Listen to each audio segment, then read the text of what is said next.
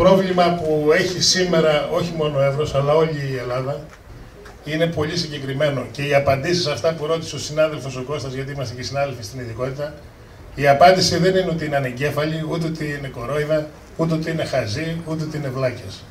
Είναι γιατί υπηρετούν μια πολύ συγκεκριμένη πολιτική.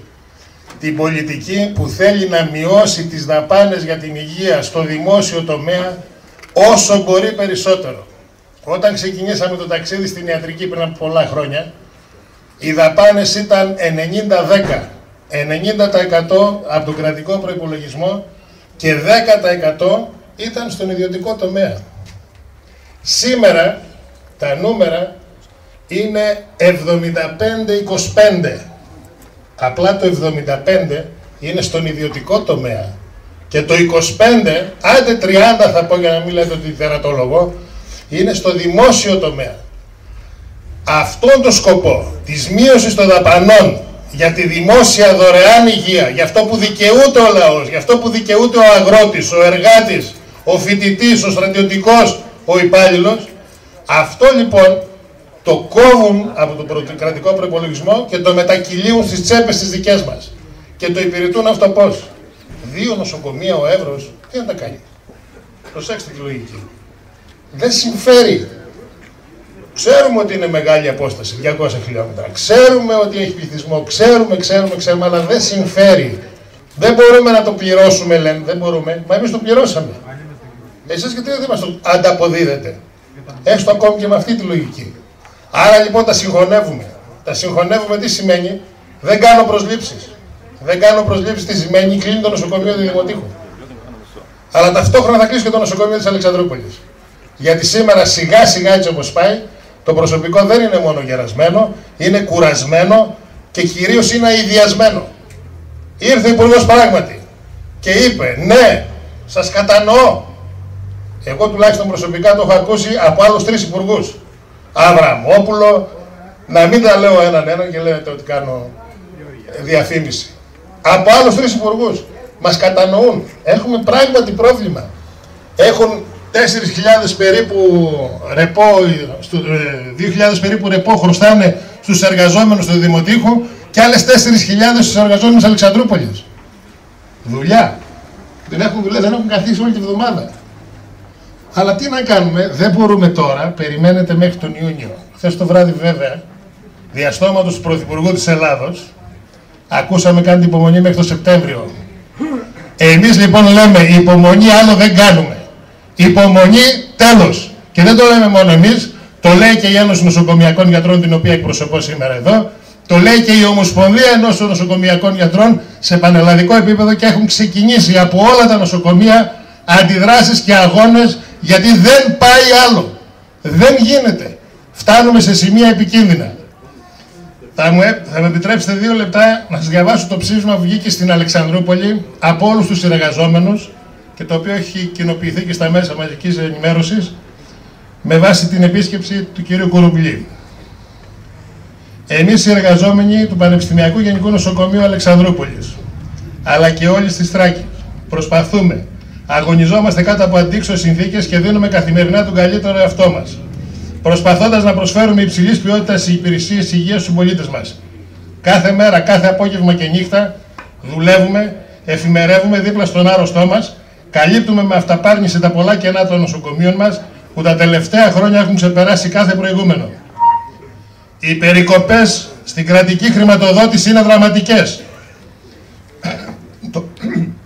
Το πάγωμα των προσλήψεων μαζί με τη μετανάστευση συναδέλφων φεύγουν στο εξωτερικό και τη σωρία συνταξιοδοτήσεων έχει σαν αποτέλεσμα την ολοένα και μεγαλύτερη εντατικοποίηση της εργασίας.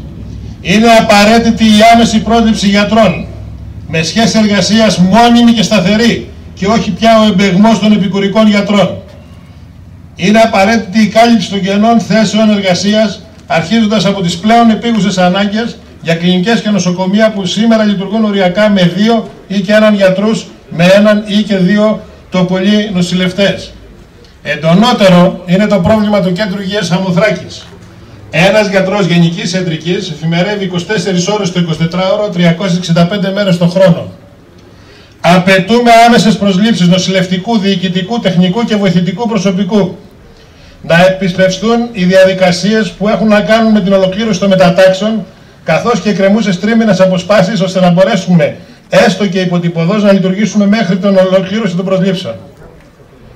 Ξέρετε όλοι, το είπε και ο κύριος Βαφιάδης, παραμένουμε όλοι απλήρωτοι για τις εφημερίες των τελευταίων 3 μηνών. Αλλά πέστε ότι έρχονται τα κονδύλια και πληρωνόμαστε. Για το νοσοκομείο Διδημοτήχου το ποσό είναι μειωμένο 250.000 ευρώ. Για το νοσοκομείο της Αλεξανδρούπολης 500.000 ευρώ. Για το νοσοκομείο της Κομοτηνής άλλες 500.000 ευρώ. Αυτό σε ποσοστά, ειδικά για το νοσοκομείο του Διδημοτήχου, αγγίζει το 45%. Σημαίνει ότι οι μισές μέρες του μήνα ή δεν θα καλύπτονται από εφημερεύοντες ή οι γιατροί θα εφημερεύουν χωρίς να πληρώνονται.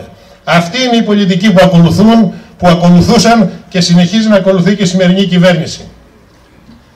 Ζητάμε ότι ειδικά για το νοσοκομείο της περιοχής μας, τα νοσοκομεία της περιοχής μας, εφημερεύουν καθημερινά καλύπτοντας όλη την περιοχή.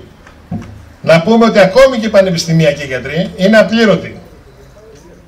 Να μιλήσουμε και να ζητήσουμε επιτέλους με ακόμη πιο στεντόρια φωνή, όχι υποσχέσεις, αλλά άμεσα να ολοκληρωθεί η διαδικασία ανεξάρτητης και αυτοδύναμης νοσηλευτικής μονάδας του Γενικού Νομαρχιακού Νοσοκομείου Διδημοτήχου, γιατί έτσι χρειάζεται, γιατί έτσι το απαιτεί η γεωγραφική κατανομή, η γεωγραφική μορφολογία και οι ανάγκες του πληθυσμού του Εύρου. Να μην σας κουράσω, το ίδιο ζητάνε και για τα κέντρα υγείας. Δεν μπορεί τα κέντρα υγείας να αναφέρονται στη Θεσσαλονίκη. Ανήκουν στην υγειονομική περιφέρεια. Δεν είναι καθόλου έτσι κρυφό, δεν έχει ακουστεί, θα το έχετε ακούσει. Το κέντρο υγείας Σουφλίου για να λειτουργήσει ζήτησε από τον Δήμο Σουφλίου, δηλαδή από τον κύριο Πολυλό που είναι και από εδώ από την περιοχή κοντά, ζήτησε να του καλύψει τα καύσιμα για να μην κρυώνει ο κόσμος. Δεν έχει λεφτά. Και η Θεσσαλονίκη απάντησε δεν έχουμε. Η Θεσσαλονίκη από το Σουφλί, πολύ δε περισσότερο από τα δίκαια, είναι πολύ μακριά και η πολιτική που ακολουθούν δεν λογαριάζει τους πολίτες, όχι μόνο της περιφέρειας και του κέντρου ιδιαίτερα. Ζητάμε λοιπόν, και με αυτό κλείνω, αύξηση του προϋπολογισμού για την υγεία σε επίπεδο ασφαλές για την κάλυψη των νοσοκομείων μας και των κέντρων υγείας.